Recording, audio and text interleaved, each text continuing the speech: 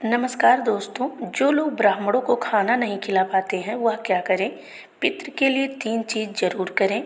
जो श्राद्ध करते हैं वह ऐसी कौन सी चीज़ है जो ब्राह्मणों को खिलाना चाहिए और नहीं खिलाना चाहिए, जिससे पितरों का पूरा फल मिलता है और आशीर्वाद मिलता है।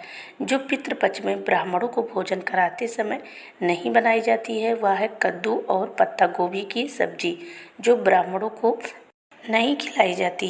श्राद्ध पक्ष में नहीं खिलाई जाती है। श्राद्ध पक्ष में सबसे ज़्यादा क्या खिलाई जाती है, जो सबसे ज़्यादा ज़रूरी है, जो सबसे ज़्यादा आपको पुण्य मिलता है खिलाने से? सबसे ज़्यादा दूध की खीर। दूसरा है दोस्तों तरोई की सब्जी। तीसरा है उड़द का दाल। जो भोजन दाल बनाए या पकौड़ा बनाए या दही बड़ा बनाकर ब्राह्मणों को खिलाना चाहिए, क्योंकि दूध का जो खीर होता है वह भोजन खिलाते हैं जो वह अहूतों में जाता है, अहूतों के हिस्से में चला जाता है। तरोई का जो भोजन होता है, पूड़ी सब्जी तरोई, वो पितृ के हिस्से में चला जाता है, और उड़द का दाल जो है वह भोजन प्रेतों के हिस्सों में चला जाए। इसीलिए 3 तरह का भोजन श्राद्ध पक्ष में जरूर बनवाना चाहिए। जब श्राद्ध कराएं तो 3 तरह भोजन जरूर बनवाना चाहिए। ये ब्राह्मणों को ज़्यादा ज़रूरी है खिलाना।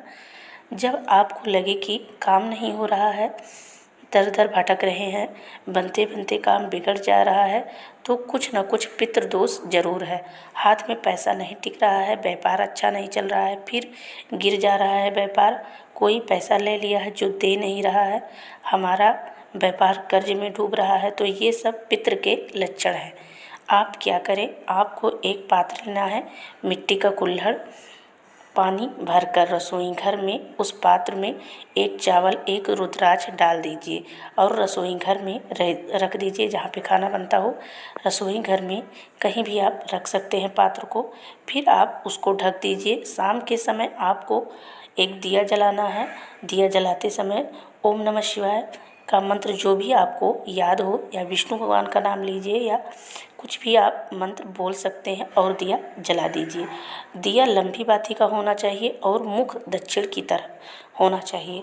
जैसे श्राद्ध पक्ष के ब्राह्मणों का भोजन कराते समय मुख दक्षिण की तरफ होता है, वैसे ही दिया भी जलाना चाहिए, जिससे पितृ के हिस्से में जाए और पितृ प्रसन्न हो, आपको बहुत आशीर्वाद मिले, तभी पूरा फल मिलता है। इसीलिए हमारे घर के जितने भी पितृ होते हैं, दक्षिण मुख में दिया जलाने से सारे पितृ दोष समाप्त हो जाते हैं, पितरों का आशीर्वाद मिलता है। अगर पितृपक्ष में गाय को रोटी देते हैं, भोजन कराते हैं, मुख दक्षिण की तरफ है, गाय को रोटी खिलाते समय, तो शास्त्र कहता है कि किसी भी पिंड की जरूरत नहीं होती है, गौ माता स्वतः ही कल्याण कर देती हैं। इसीलिए जो भी कार्य करें दक्षिण मुख करके ही करें।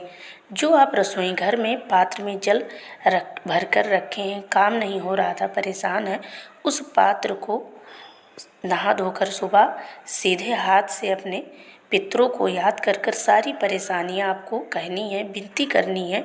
जो भी दिक्कत परेशानी कष्ट है आपका, वह फिर स्मरण करके शंकर भगवान को लेके जाकर चढ़ा देना है।